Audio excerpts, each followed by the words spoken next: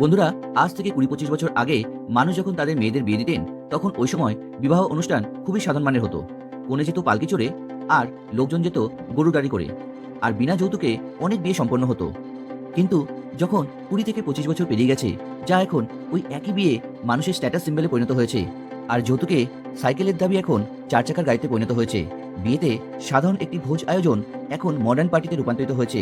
এখন বিয়ে একটি প্রদর্শনী হিসাবে পরিণত করতে শুরু করেছে। আর এরাই সেই লোক যাদের কাছে প্রচুর টাকা রয়েছে। কিন্তু তাদের কি হবে যারা দিনরাত অক্লান্ত পরিশ্রম করে পণ্য আদান প্রদান করে থাকে, যারা মাসে অতি কষ্টে ১৫ থেকে ২০ হাজার টাকা আয় করে থাকে?